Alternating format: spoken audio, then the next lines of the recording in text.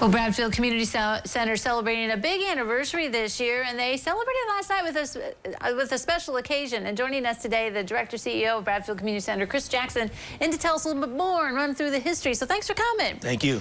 First of all, okay, yesterday you had a celebration. How'd it go? Tell us more. It was unbelievable. It was the celebration of Black history of Bradfield Community Center. And I was kind of leery at first because it was one of those things we put together within 3 weeks, about 3 weeks time limit, but it turned out so great. We're definitely blessed. Had a crowd, probably about 200 people. Wow, that is really great. Okay, so let's talk about the history. It's 85 years, right? Yes, That's what we're celebrating. So how did Bradfield kind of start and move us along to like how it's different from when it started to what it is now? So Bradfield was started, a group got together because at that time in the 1930s, there was not a lot of recreational places for the African-American community. There's nowhere for them to swim and things like that. There was still a lot of segregation at the time. So this group got together and decided, you know, we need to do something so we'd have places to go. So that's how they kind of formed the Bradfield Community Center with that group. And, you know, they were able to end up putting a swimming pool and things like that. And over the years, it has evolved now. So if you go from that 85-year history again, where they took baby steps of getting it, you know, getting into the building, getting it where it was integrated, getting everybody in the community to feel comfortable. You know, one of our guest speakers yesterday was Mr. Robert C. Mr. C was one of the first members. So when Bradfield opened the door in its current location in 1949, he was a member then. Wow, how cool is that? So it was that was neat to have him there, I bet, last night. Yeah. Wow. Okay, so is the building pretty much the way it had to have changed? I mean, the building has expanded, I assume, from what it started at, where it's at now? Yes, that was one of the interesting things. When Mr. C came in on Friday to visit with me, he couldn't believe the changes because he hadn't been in the building since the new remodel. So the building was a lot smaller then. You know, the entrance, a lot of things have changed, and we've added classrooms. So the building itself has really came a long way since then. Of course, the swimming pool's gone. A lot of people disappointed that that the swimming pool went away some years ago. But, you know, it's... the future is bright. You know, there's some other expansions, some other things we're looking to do in the future with Bradfield also.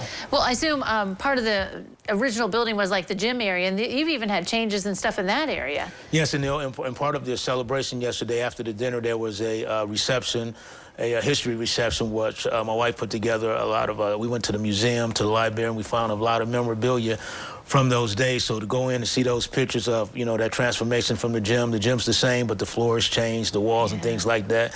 People really got a kick out of actually just being able to go into the exhibition and seeing those items. Right, yeah, how cool is that? Okay, so we're celebrating 85, and you said, you know, more changes are happening. The center, I assume, has done a little bit more like educational things. Fitness has always seemed a part of it. I mean, what other new programs have you evolved to where, you know, what you're doing now? So, you know, we've gotten to, like, again, like I said, we've made it where it's we wanted a focal point for the whole community. So, you know, besides our fitness programs and our after-school program, we have a lot of other groups that we're working with. Mental health, they've come in, they do some classes. The seniors, we're working with the different senior agencies in town to do different classes. You know, we've had the coat giveaway. So we wanted, again, to be a focus of the community as a whole, that anybody wants to do this. So I'm excited that we're starting to get a lot of calls with people wanting to rent the gym, people wanting to host meetings and have meetings there. So that's what's great for me right now. And can't you be a member of Bradfield? I mean, that is kind of like the point, right? Is there memberships and things for Bradfield right now? And yes, and you know, we talked about that. So there's a real big push for our membership drive on getting people to be members. You know, and for nothing else, you know, I've had some people that have become members that don't live in Lima, and they said their reason for becoming membership is financial support, you know, that goes to the center for some of the program that we want to do, some things that we want to do in the future also. Right. So be a member. Now's a great time. Yes. This special celebration year, become a member.